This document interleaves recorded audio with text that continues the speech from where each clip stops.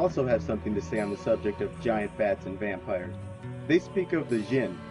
The Muslims say jinn are beings of free will whose bodies are made of quote-unquote smokeless flame, as opposed to humans whose bodies are made of clay. The word genie comes from the Arabic word jinn, which means demon. They say that the jinn were the children of the devil himself, had populated earth before humanity, and filled it with corruption during this time. In the Bible, they are called the seeds of the serpent, the Nephilim, the Rephaim, which were the children of the fallen angels. The Muslims say that there are several kinds of jinn, or demons. The first kind are physical beings with wings. The second look like dogs and snakes. The third are spirits, and others look human. It is said that the jinn never go out during the day, and are on average stronger than humans. The bodies of the jinn are said to be made from smokeless flame. Demons are commonly shown with lights in their eyes, while vampires are frequently depicted bursting into flames as if their body were made of fire. In UFO circles, these Mothmen are called Dracos, because it has been suggested that this creature originates from the Draco constellation. Whether that's correct, or whether their origins are a little closer to home, it's unclear. But what is clear is that they've been with us for quite some time, appear to have a hidden alliance with our government, and as for vampires, they exist. And speaking of giant bats and vampires, that brings us to part-time billionaire, part-time vigilante, full-time vampire, Batman. And like a lot of other movies, Batman has more to it than it seems. In Batman, the strongest reference point is the very well-known fictional character called the Joker. In 1989's Batman with Michael Keaton, the Joker was played by Jack Nicholson, and in The Dark Knight, the Joker was played by the now-deceased Heath Ledger. Repeatedly, the writers make it clear who they had in mind while writing the Joker's script. Here's one of the cards the Joker passes out during his crime spree. A card he gives out more than once has what obviously is a devil on it. And in this scene, we see a number of cards. There's the devil card again, then what appears to be a red horse with horns drawn in a dragon-like motif, then two dragons intertwined. Throughout The Dark Knight, Heath Ledger persists on licking his lips and rapidly extending his tongue, like a snake. Now here's Revelation chapter 12, verse 9. And the great dragon was cast out, that old serpent, called the devil and Satan, which deceiveth the whole world. He was cast out into the earth, and his angels were cast out with him. So he's the dragon, that old serpent, called the devil. And by the end, just in case there was any lingering doubt, the Joker proceeds to build a pyramidal mountain of cash and puts a criminal on top. But the other Joker, played by Jack Nicholson, also gives his identity away.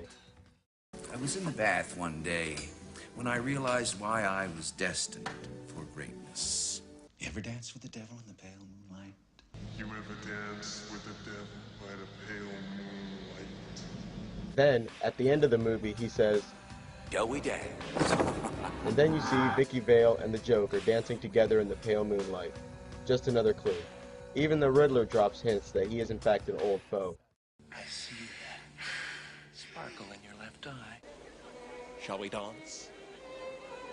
For if knowledge is power, then a god am.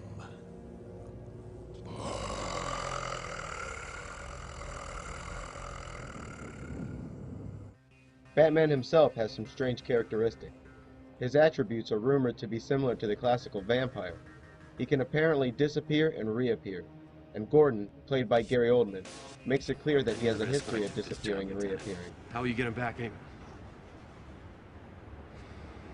He does that. You know how to disappear.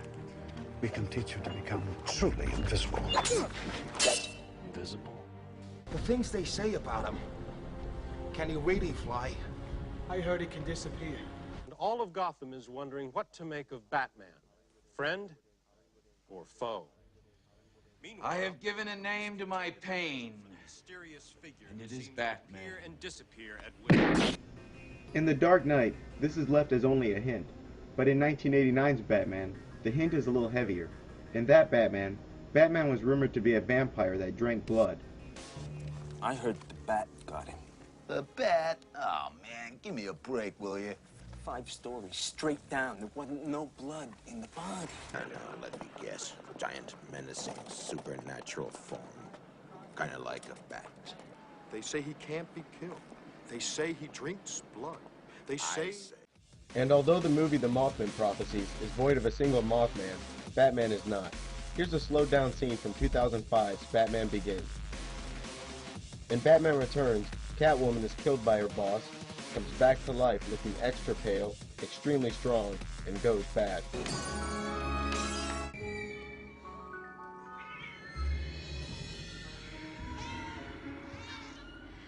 And Penguin, who runs the Red Triangle gang, declares war on Gotham's firstborn. It's time. These are the names of the firstborn sons of Gotham City, just like I was. And like me, a terrible fate waits for them. Like the Pharaoh from the Book of Exodus, he targets the firstborn, a rather arbitrary choice. Batman Returns even has some of the more conventional symbolism. But the Joker isn't a character unique to Batman. We've encountered this Joker character before, and since. The Joker's true name, or one of many,